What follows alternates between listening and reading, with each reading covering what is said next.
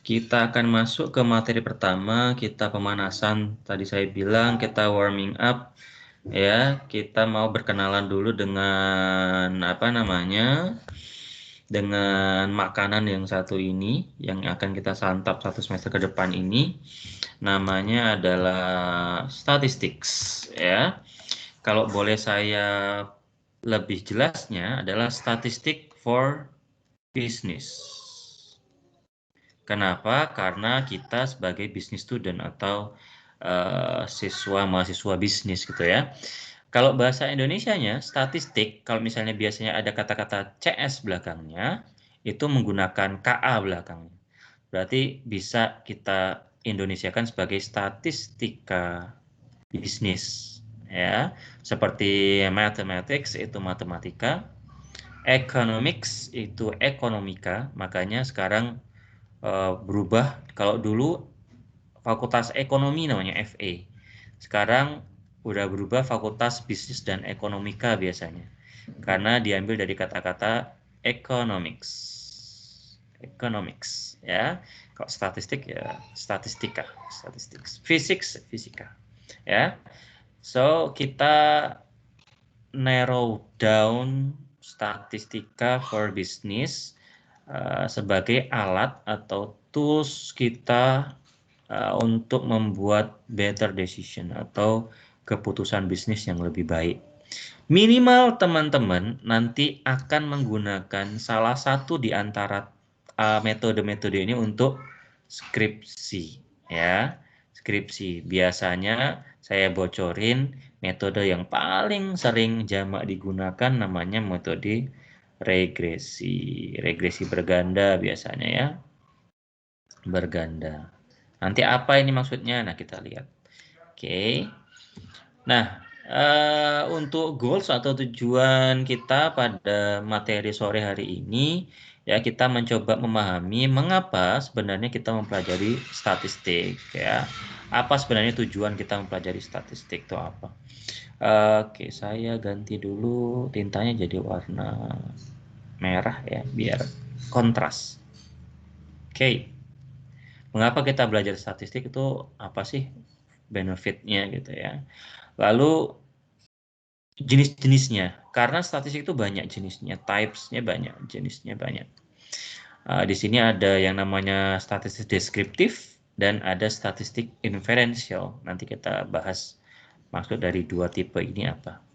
Lalu berikutnya kita juga akan membedakan ternyata ada yang namanya kata-kata variabel, ada yang variabel kualitatif, ada variabel kuantitatif. Ini barang apa juga ini? Ya, lalu perbedaan antara variabel itu tipenya beda-beda juga. Ada yang variabel namanya variabel diskrit, ya, bahasa Indonesianya variabel diskrit. Ada variabel kontinu, continuous variables atau variabel kontinu. Dan terakhir, ya, kita akan melihat perbedaan jenis variabel yang kalau disingkat namanya NOIR. Apa itu NOIR? NOIR adalah nominal, ordinal, interval, dan ratio. Oke, kita masuk ke yang pertama dulu. Apa yang dimaksud dengan statistik sebenarnya ya? Statistik itu adalah sains atau ilmu pengetahuan, of course, tentu saja. Suatu ilmu tentang apa sih? Ilmu tentang, nah ini ada kegiatan-kegiatannya. Sebenarnya statistik itu as a process ya, as a process. Jadi ada rangkaian proses yang terjadi.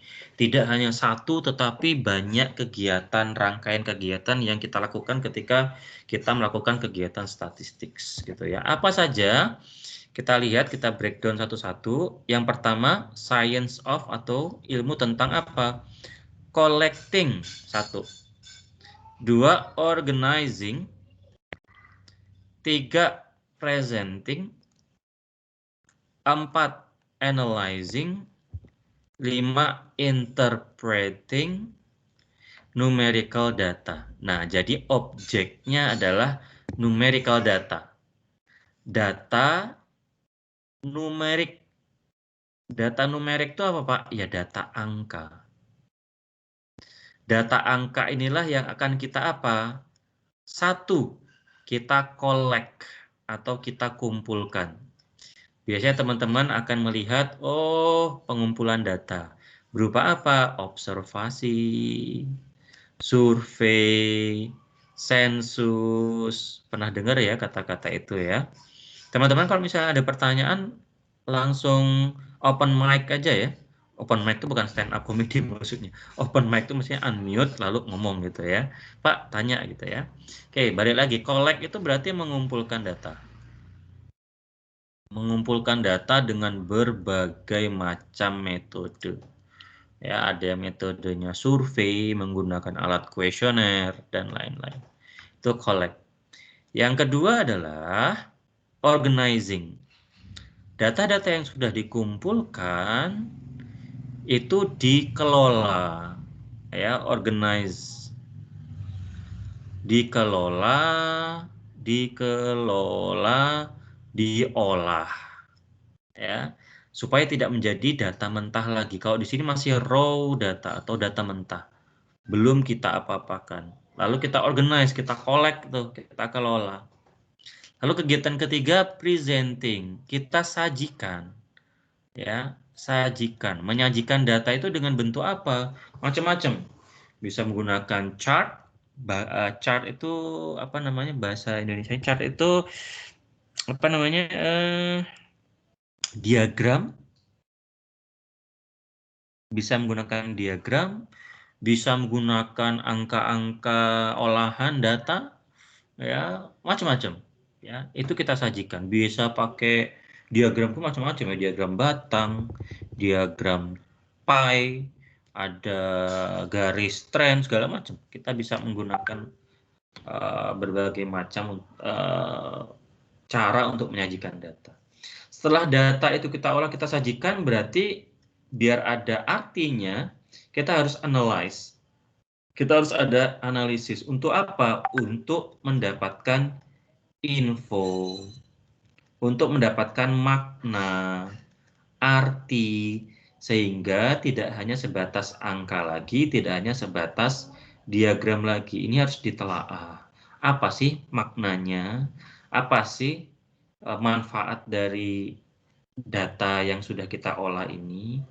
Lalu yang terakhir adalah interpreting. Tadi ya, interpreting itu kita akan coba setelah kita lihat maknanya, lalu apa manfaatnya. Kita interpretasikan. Ya, teman-teman, ini sebenarnya adalah ilmu tentang collecting, organizing, presenting, analyzing, and interpreting numerical data atau data numerik angka. Perlu saya kasih tahu di awal, ada peribahasa unik berkaitan dengan kegiatan collecting sampai interpreting ini. Ada istilah atau peribahasa proverb unik di statistika, namanya garbage in, garbage out. Ada yang tahu maksud dari garbage in, garbage out? Ada yang tahu maksud dari garbage in dan garbage out? Garbage in, garbage out. Garbage itu apa sih? Artinya apa garbage itu? Apa artinya? Garbage itu apa? Teman-teman. Sampah. Apa? Apa, Mbak? Sampah. Sampah, betul. Garbage itu adalah sampah. Ya. Artinya apa? Kalau misalnya yang masuk itu sampah, yang dikelola sampah, maka keluarnya juga akan sampah. Ya. Sorry ya kalau misalnya ada background sound sedikit, ada sound effect ya. Maklum di sini banyak anak di bawah umur, jadi agak play group effect, sound effectnya akan ada. Sorry ya. Artinya apa? Teman-teman hati-hati ketika mengkolek data, itu jangan sampai teman-teman mengumpulkan data yang salah. Ketika teman-teman sudah mengumpulkan data yang salah, itu teman-teman akan mengelola data yang salah, mengolah data yang salah, menyajikan data yang salah, otomatis menjadi analisis yang salah. Jadi ada garbage in dan garbage out. Teman-teman, krusial sekali step atau langkah ketika mengkolek data. Itu krusial sekali. Ya, hati-hati dengan mengkolek data. Sampai sini clear semuanya, teman-teman? Clear, Pak? Oke, nggak apa-apa. Saya sudah biasa bertepuk sebelah tangan ya. Tanya-tanya sendiri, jawab sendiri, ora popo. Yang penting teman-teman jelas lah, nyaman menyerap informasinya ya. Lalu siapa sih orang-orang yang menggunakan statistik ya? Saat ini kita ada di era yang namanya data itu sebagai suatu, teman-teman sudah tahu mesti ini ya, AI ya, Artificial Intelligence atau kecerdasan buatan yang dapat mengelola data dari tulisan, suara, gambar, foto, itu mereka bisa olah. Semua aspek di dunia saat ini, khususnya bisnis, menggunakan data sebagai bahan pengambilan keputusan. Ya, statistical technique are used extensively. Ya, teknik-teknik statistik itu digunakan secara masif, secara besar-besaran, sangat sering oleh dunia marketing, dunia akuntansi, quality control, ya, consumers, professional sports atau sport science yang saya bilang itu. Kalau di luar negeri, sport science itu sangat biasa sih. Kalau teman-teman yang biasa melihat NBA gitu ya, biasa melihat MLB, biasa melihat American football, itu mereka sangat gila dengan statistik gitu ya. Statistik free throw, statistik 3 point, Steph Curry itu berapa kali 3 pointnya dibandingkan dengan pemain lain sepanjang masa, mereka punya datanya. Ya, politicians, kira-kira politicians itu biasanya ramai menggunakan statistik saat-saat mau apa ini? Para politisi itu saat mau pemilu, biasanya statistik yang paling terkenal itu mereka gunakan apa namanya?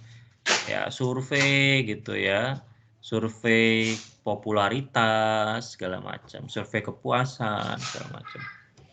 Ya, nah teman-teman, semua bidang menggunakan statistik ya, termasuk khususnya kita di dunia bisnis.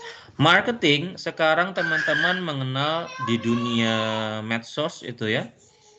Di dunia medsos itu ada yang namanya algoritma. Algoritma itu juga menggunakan matematika dan statistik. Kalau teman-teman suka bidang matematika dan statistik, ada film yang bagus namanya The Beautiful Minds. Silahkan teman-teman tonton, itu menceritakan seorang matematikawan yang mendapatkan Nobel, tapi Nobelnya Nobel ekonomi. Ya, The Beautiful Minds. Teman-teman bisa download itu di LK21 kalau masih ada ya, layar kaca 21. Oke. Algoritma itu, saya masih belum ini ya, saya masih belum ceritakan lebih lanjut ya. Algoritma itu maksudnya adalah teman-teman sekali men-search di search engine-nya, misalnya apa? Sepatu di googling itu. Nanti teman-teman akan banyak sekali, karena ini sudah jadi history ya, history di browsernya, nanti akan iklan-iklan sepatu itu muncul di atas. Ketika teman-teman buka berita gitu, akan ada iklan sepatu, segala macam. Itu juga menggunakan statistik dan matematika. Dan ketika kita mencari di Instagram ya, Di Instagram kita search misalnya apa? Baju Jogja gitu. Nanti akan keluar kan baju-baju, iklan baju. Nanti teman-teman akan ada ad. Bisa-bisanya ad itu nyasar iklan apa? Iklan baju, kaos misalnya. Apa yang kita search di Instagram itu akan muncul di feed kita, di feed IG kita itu. Ya, itu juga menggunakan statistik. Oke. Matematika juga tentunya statistik juga. Ya. Oke, sekarang kita masuk ke yang lebih serius, teman-teman. Tadi saya sudah bilang ada tipe statistika. Ya. Yang pertama tipenya namanya adalah descriptive statistik. Tipe yang kedua adalah inferential statistik. Kalau deskriptif statistik atau statistik deskriptif, teman-teman tahu deskriptif ya? Deskriptif itu apa bahasa lainnya? Sinonimnya apa? Kan menggambarkan, menceritakan gitu ya. Menggambarkan, menceritakan. Teman-teman, metode statistika deskriptif adalah yang digunakan untuk menceritakan keadaan di mana data itu dipotret saja, tidak bisa digeneralisir. Itu adalah perbedaan utama di antara keduanya. Tidak bisa digeneralisasi. Itu adalah perbedaan keduanya. Masalah generalization. Misal, kita akan mendata kelas statistik kelas N ya. Kelas N misal punya 50 mahasiswa, kita akan data IPK-nya. IPK, lalu akan kita data jenis kelamin, akan kita data misalnya asal. Nanti ketika kita data, ya, kita akan mendapatkan dari 1 sampai 50 orang. Ya, dari 1 sampai 50 orang itu ya IPK-nya berapa saja, jenis kelaminnya apa saja, asalnya dari mana saja. Ya, misalnya IPK kita dapat gambaran, oh 50%-nya punya IPK lebih dari 30. Kok di 30? Ya, 3,0. Ya, jenis kelaminnya 70% adalah laki-laki, 30% perempuan. Wah, ini teknik apa bisnis ini? Laki-lakinya banyak banget ya. Asalnya kebanyakan misalnya 80% dari DIY, dari Jogja. Nah, statistik deskriptif diambil. Misalnya data ini hanya menggambarkan kelas statistika bisnis kelas N saja. Tidak bisa digeneralisir. Oh, ternyata statistika bisnis di Atmajaya itu lebih banyak mahasiswanya laki-laki. Itu nggak bisa. Nggak bisa. Ya. Oh, ternyata IPK-nya anak-anak yang ngambil statistika itu lebih dari 3 di Atmajaya. Itu nggak bisa. Jadi gambaran ini hanya benar-benar ditaruh di tempat di mana dia dipotret. Kalau dia statistika di kelas statistika bisnis kelas N ya cuma dari sana saja. Beda nanti dengan inferential statistik. Inferential statistik itu kita bisa generalisir. Fokus ke sini, ya perhatikan. Kalau inferential statistik atau statistik inferensial itu berupa estimasi, prediksi yang nantinya bisa digeneralisir. Ya, contoh, ya, misalnya ada konsumen Tokopedia, saya sebut merek aja ya, Tokopedia. Konsumennya pasti jumlahnya saya yakin ada ribuan. Taruhlah misalnya 10.000 totalnya terdata. 10.000 ini namanya apa? Namanya populasi. Kita ingin mengetahui apakah iklan Tokopedia berpengaruh pada keputusan penggunaan Tokopedia.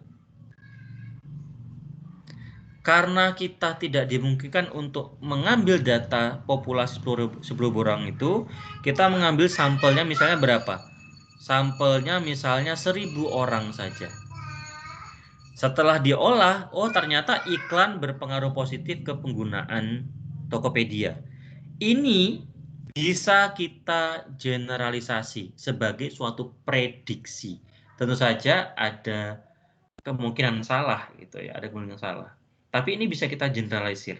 Itu maksud dari inferential statistik. Jadi based on sample atau berdasarkan sampel, kita akan coba generalisir ke populasinya. Ya, misalnya populasinya ada 10.000 pengguna Tokopedia, sampelnya kita ambil data 1.000 orang saja. Nanti hasil dari olah data 1.000 orang ini kita coba generalisir ke 10.000 pengguna semuanya. Ya, mudah-mudahan ada gambaran. Sampai sini bisa diterima? Bisa, Pak. Oke. Bisa, Pak. Bisa, Bisa, Pak. Pak. Oke. Bapak. Mudah-mudahan Bisa, ya. Bapak. Oke. Nah, tadi saya sudah janji untuk menjelaskan maksud dari variabel itu apa sih sebenarnya. Karena ini akan sering kita dengar di pembahasan statistika. Variabel itu biar teman-teman gampang ingatnya, kita pecah menjadi 2 suku kata.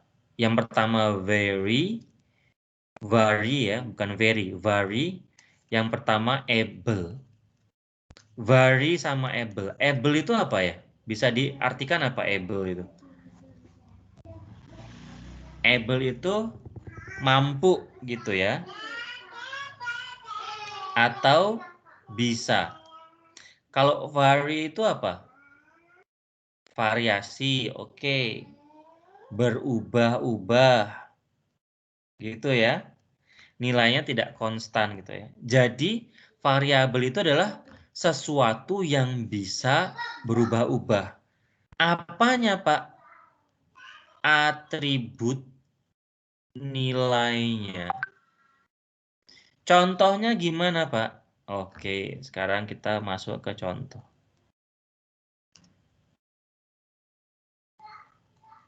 Misalnya seperti ini. Saya tadi kan mencoba untuk mengkolek data dari mahasiswa statistika bisnis kelas N. Ada 50 mahasiswa. Ada 1, 2, 3, 4, 5, sekian sampai 50. Yang saya akan tanya tadi adalah IPK. Lalu apa tadi? Jenis kelamin, lalu asal daerah. Ya. Ketika saya punya 50 orang, maka saya akan mempunyai 50 data. Yang dikatakan populasi adalah 50-nya. Yang dikatakan sampel adalah bagian dari 50 itu. Satu, misalnya mahasiswa yang namanya satu itu adalah namanya Ariel. Ya. Ariel namanya. Dia IPK-nya 3,0, jenis kelaminnya laki-laki, asalnya Sidoarjo. Ya, asalnya Sidoarjo. Ariel yang satu ini namanya adalah observasi responden. Ini responden, nilai responden. Nah, ketika saya mau minta data IPK, jenis kelamin, asal, IPK itu adalah satu variabel. Jenis kelamin adalah variabel yang lain. Asal adalah variabel yang lain. Kenapa dikatakan variabel? Karena nilai IPK Ariel dengan orang-orang yang lain, mahasiswa lain itu bisa berubah. Bisa 2,8, 2,7, 4, 3,8, sekian sampai misalnya 3,0 lagi. Karena berubah-ubah, makanya IPK ini dikatakan variabel. Kenapa? Dia bisa bervariasi. Mampu atau bisa berubah-ubah. Tergantung personnya. Tergantung observasi yang sesuai respondennya masing-masing. Jenis kelamin juga beda-beda. Bisa perempuan, laki-laki, perempuan, laki-laki, perempuan, laki-laki. Asal juga sama. Itu yang dimakan dengan variabel. Nilainya itu tidak konstan, berubah-ubah. Jadi variabel itu variable, mampu bisa berubah-ubah, atribut nilainya yang berubah-ubah. Ya, jadi kalau misalnya dikatakan variabel itu apa, nanti bisa bermacam-macam atribut yang disematkan ke suatu person atau orang yang kita mau cari datanya. Bisa jenis variabel yang lain apa? Gaji, apalagi lama kerja, lama sekolah, apalagi misalnya, wah macam-macam, profit atau laba, modal, kerja, macam-macam. Itu semuanya variabel, tergantung apa yang mau kita serap. Ya, itu ada variabel. Oke, tadi kita sudah berbicara mengenai variabel, sebelumnya kita sudah berbicara mengenai deskriptif dan inferensial. Jadi perbedaan utamanya tadi apa? Perbedaan utamanya adalah tidak bisa masalah generalization-nya. Kalau deskriptif statistik itu benar-benar dipakai pada pool sampel atau data yang kita ambil datanya. Tapi kalau inferential statistik dari data sampel kita mencoba mengeneralisir ke populasi melalui estimasi, prediksi. Ya. Nanti ada contohnya, pertemuan-pertemuan berikutnya. Nah, ini dia tadi, population versus sample. Teman-teman, kalau misalnya tadi saya kasih contoh ya, kelas N ada 50 mahasiswa, 50-nya adalah sampel. Kalau misalnya data kita kumpulkan 20 orang saja, 50 itu populasi. Kalau 20 itu sampel. Sama seperti ini ya. A population is a collection of all possible individual object or measurement. Semuanya itu populasi.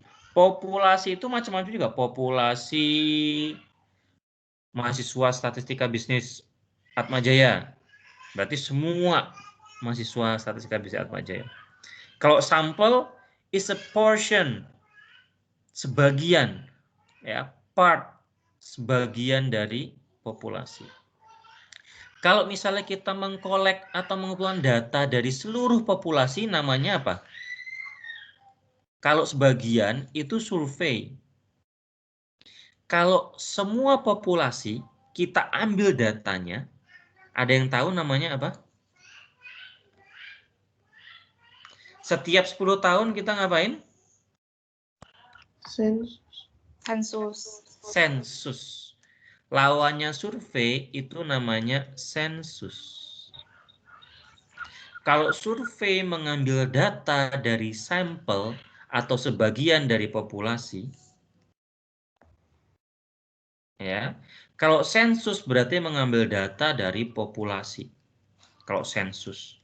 Makanya ada sensus ekonomi, sensus penduduk. Itu berarti kalau ada 200 juta orang Indonesia, ya 200 juta orang itu harus diambil datanya. Nggak boleh enggak. Gitu ya. Itu population versus sample.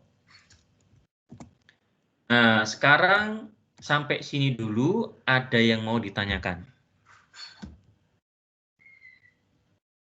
Aman, lanjut.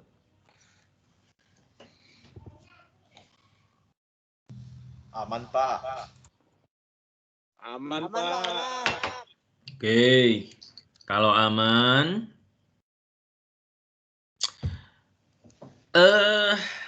saya akan melanjutkan jenis-jenis dari variabel. Tadi variabel udah tahu ya, sesuatu atribut yang bisa berubah-ubah, yang tersemat nempel dalam suatu objek. variabel yang bisa ubah-ubah. Dari objek satu sama objek lain beda-beda. Nah, dia ternyata ada tipenya, teman-teman. Teman-teman itu tahu ya, ini sudah sangat sering sebenarnya di telinga ya. Ada tipe variabel yang namanya variabel kualitatif. Ya. Gampangnya kalau kualitatif itu bukan angka atau non-numerik. Dia bukan angka, non-numerik. Kalau kuantitatif, berarti kuantitatif itu data yang berupa atau variabel yang berupa angka. Contoh kualitatif, data kualitatif kalau tadi kita tanya apa? Jenis kelamin,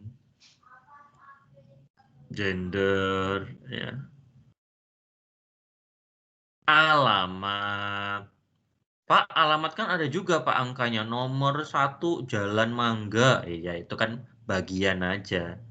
Tapi kan dia berupa angka kata-kata juga itu. Ya. Eye color atau warna mata biru, coklat, hitam, abu-abu, merah muda, ada nggak? Iya bisa pakai kontak lens ya. Tipe mobil ya, SUV, MPV, sports, apa macam-macam. Apakah tipenya hatchback? Macam-macam lah pokoknya.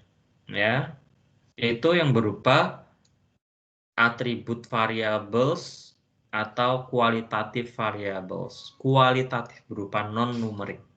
Ya, sekali lagi kualitatif itu non-numerik, bukan angka. Kalau kuantitatif, data yang berupa angka. Ya tadi ya, bisa umur 1 sampai 100 ya, berapapun lah umurnya ya.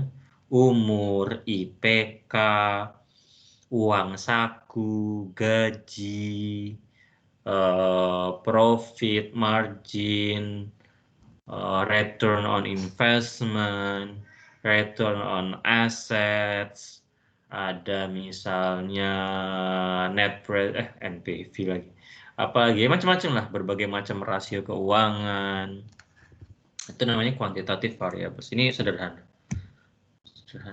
Itu tipe-tipe variabel. Ya, ini contohnya ya, balance in your checking account atau saldo bank. Ya, minutes remaining in class ya, waktu, jumlah anggota keluarga, macam-macam. Itu quantitative variables.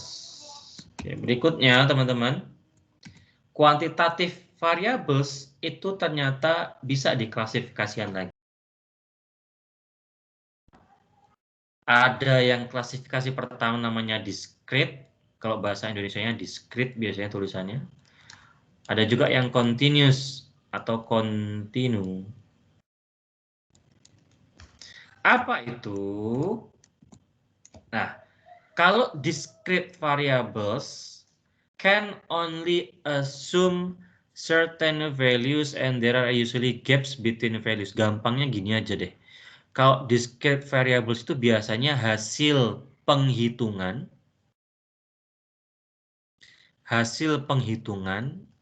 dan angka-angkanya biasanya, bukan biasanya, angka-angkanya itu berupa angka bulat, bilangan bukan pecahan.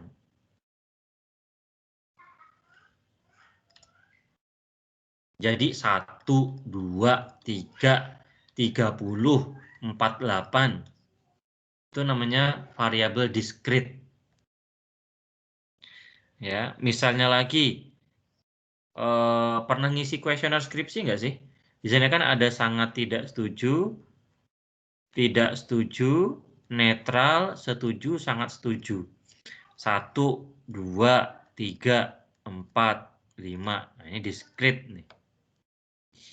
Kalau variabel kontinu atau continuous variable, dia adalah hasil pengukuran. Kalau tadi kan hasil penghitungan. Ini pengukuran. Bilangannya bisa berupa bilangan pecah. Contoh, weight atau berat badan. Berat badannya berapa? 72,3 setelah ditimbang, Pak.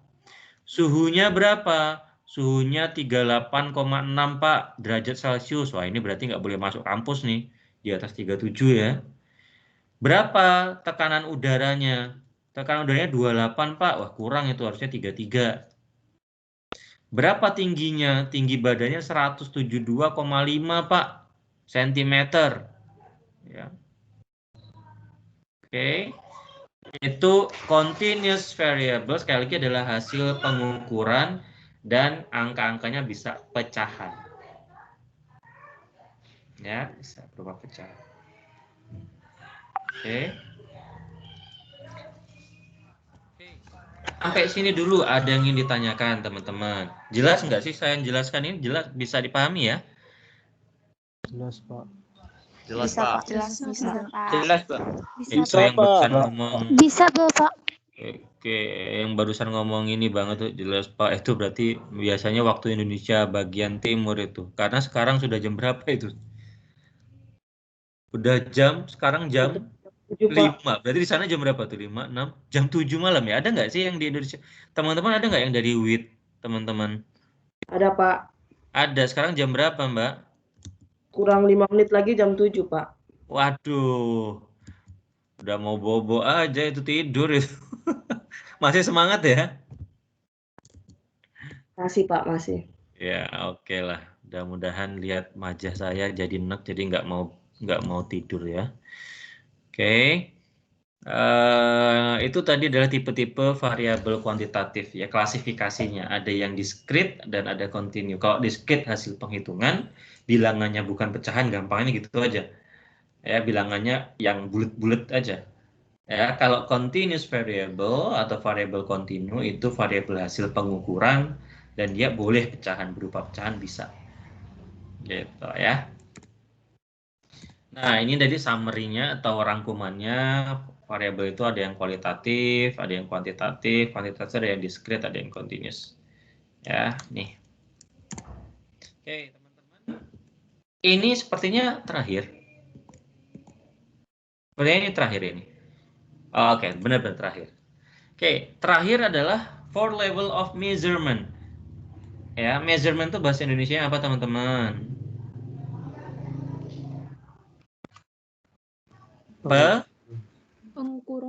Pengukuran. Teman-teman, untuk mendapatkan data-data tadi dalam suatu objek, dari suatu objek, maka kita lakukan yang namanya measurement atau mengukur. Ya, mengukur.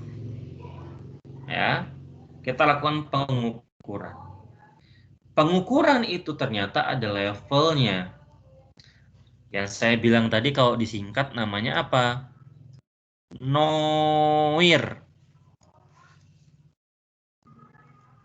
Ada nominal, ada ordinal, ada interval, ada rasio. Ya, nominal, ordinal, interval, rasio. Pak, kenapa sih Pak measurement itu harus ada level yang berbeda? Harus ada tipe-tipe klasifikasinya. Karena teman-teman diingat baik-baik, beda tipe measurement, beda alat statistikanya.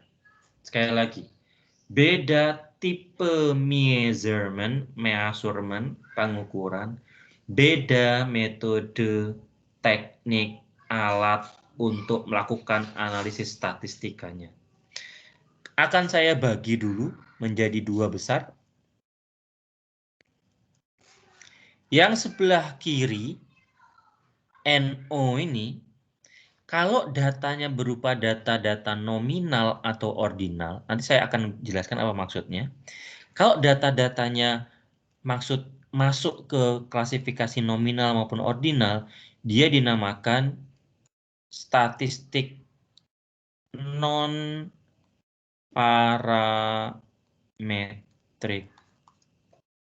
Kalau datanya interval dan rasio, maka datanya akan diolah dengan statistik parametrik.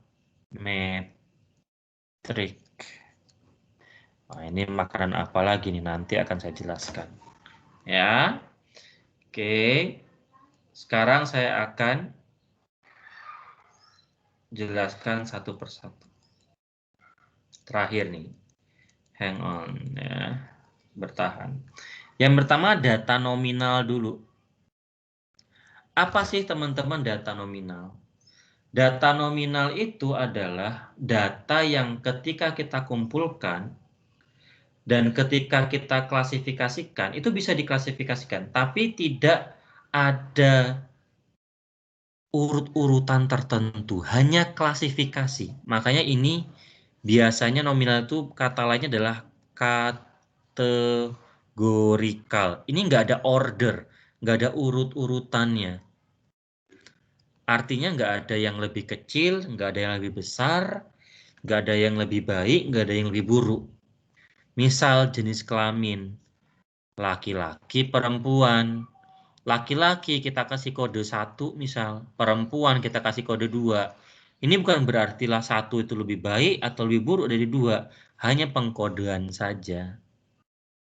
Contoh yang lain, misalnya eye color. Ya, di sini eye color.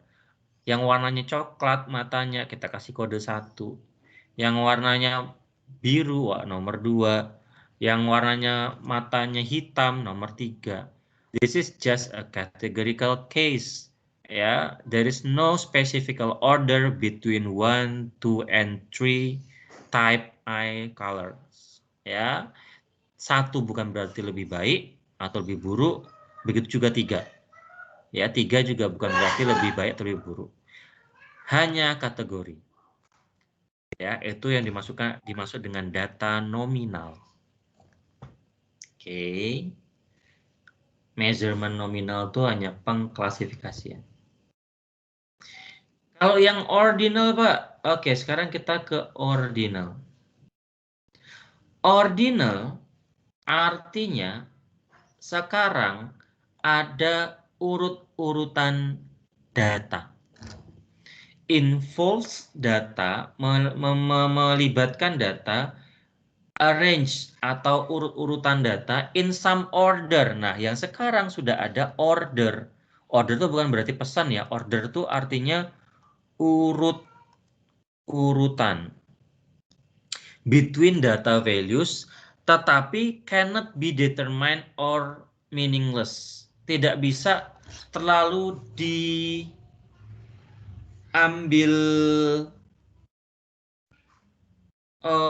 jarak pastinya. Contoh, soto,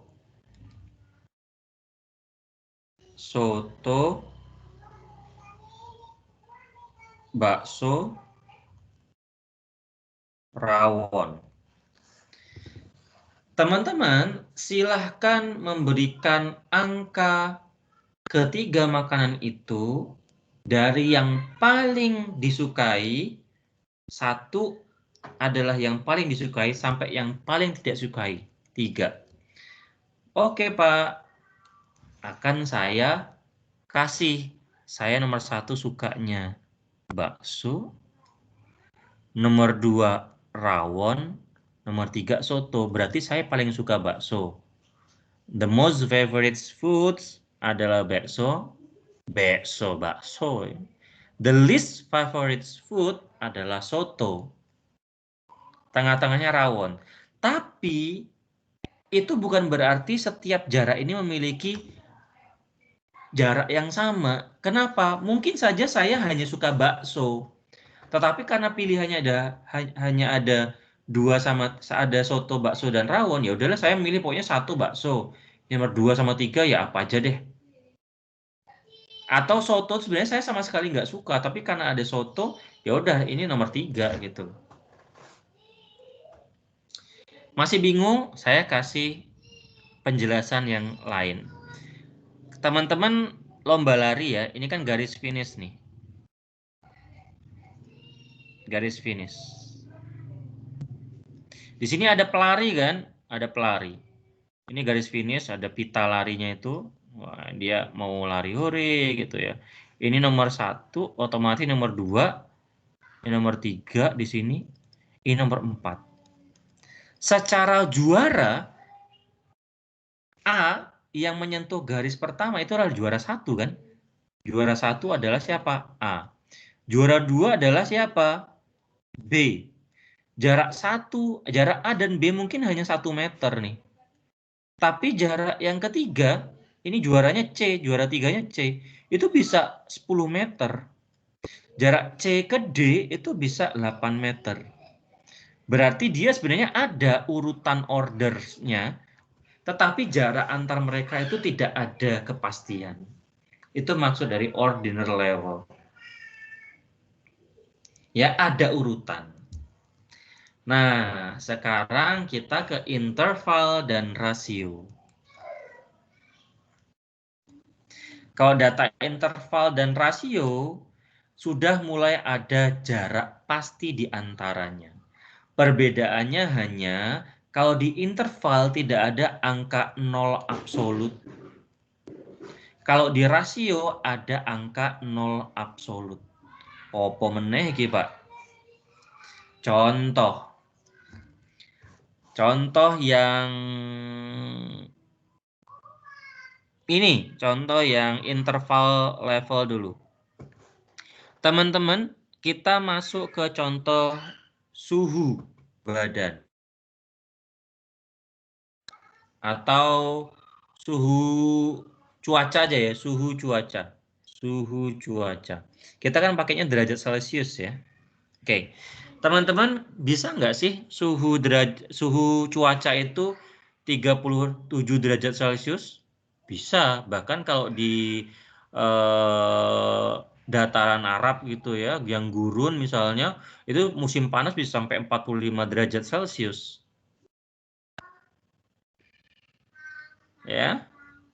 Ada nggak derajat yang lebih tinggi? Ada 100 derajat titik di air.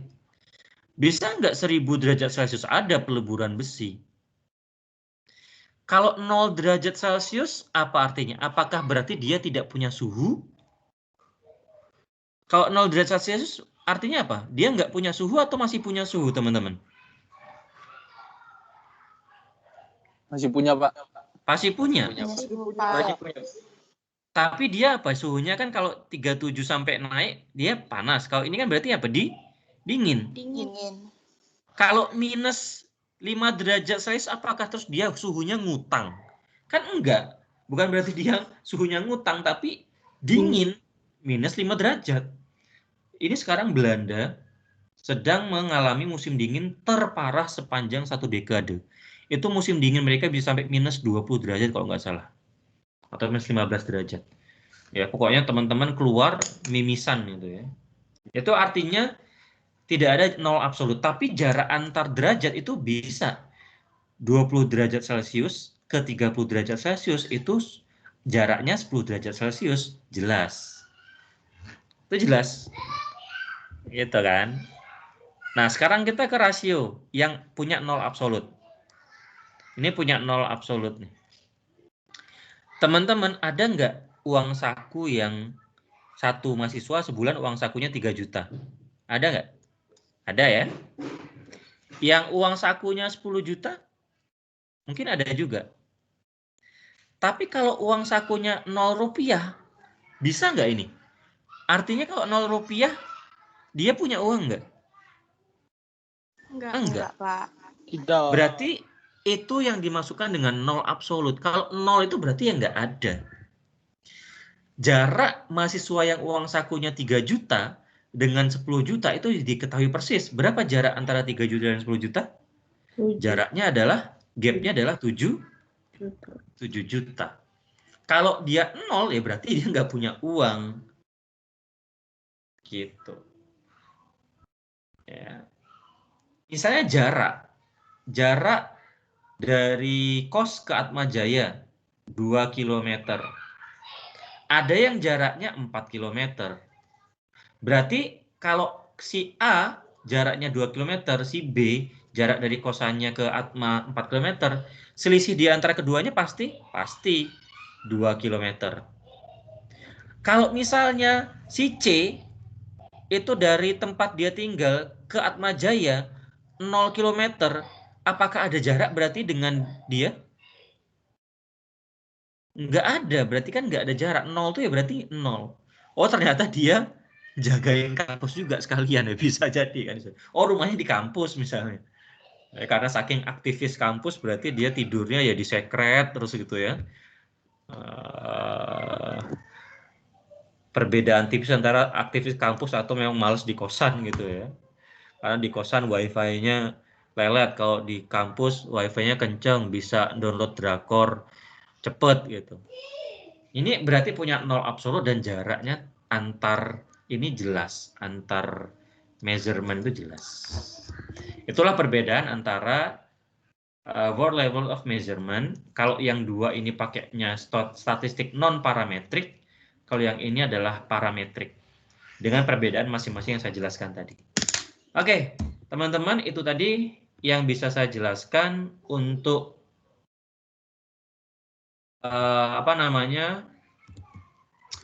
untuk pemanasan kita di statistika.